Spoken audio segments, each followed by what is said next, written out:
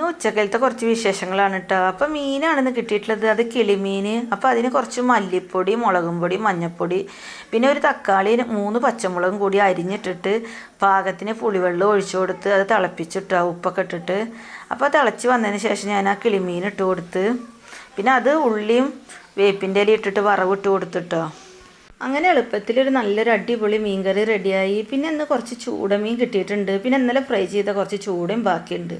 അപ്പോൾ ഇത് ഫ്രൈ ആക്കിയിട്ട് വെച്ചേക്കുകയാണെങ്കിൽ ഇന്നും ബാക്കിയാവും ആ മീൻ. അപ്പം ഞാൻ എന്താ ചെയ്ത്, ഇതായിട്ട് ഒരു അച്ചാറിടുക. വലിയ ആർഭാടൊന്നും ഇല്ലാത്തൊരു അച്ചാറാണ്.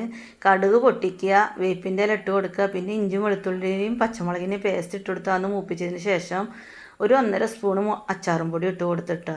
പിന്നെ അതിലേക്ക് ഒരു 2-3 ടീസ്പൂണ് സുർക്കി ഒഴിച്ച് കൊടുത്ത്, പിന്നെ നമ്മൾ ഫ്രൈ ആക്കി വെച്ചിട്ടുള്ള ഈ ചൂടമീനില്ല അതും അതിലേക്ക് ഇട്ട് കൊടുത്തിട്ട് നല്ലോണം മിക്സാക്കി കൊടുക്കുക. പിന്നെ ഇനി അച്ചാർ പോലെ നല്ല ഗ്രവിയിൽ വേണമെന്നുണ്ടെങ്കിൽ നമുക്ക് കുറച്ചും കൂടിയും സുർക്കൊക്കെ ഒഴിച്ചു കൊടുക്കുക. പിന്നെ ഇവിടെ സുർക്ക കഴിഞ്ഞ കാരണം ഞാൻ അങ്ങനെ ചെയ്തത് കേട്ടോ. അപ്പോൾ ഇങ്ങനെ ഫ്രൈ ചെയ്ത മീനൊക്കെ ഇങ്ങനെ ബാക്കി വരികയെന്നുണ്ടെങ്കിൽ ചില ദിവസങ്ങളൊക്കെ ഞാൻ അങ്ങനെയൊക്കെ ചെയ്യും കേട്ടോ. അപ്പോൾ ഇതാണ് ഞങ്ങളുടെ ഉച്ചക്കലത്തെ ലഞ്ച്. നിങ്ങൾക്ക് ഇഷ്ടപ്പെട്ടാൽ സബ്സ്ക്രൈബ്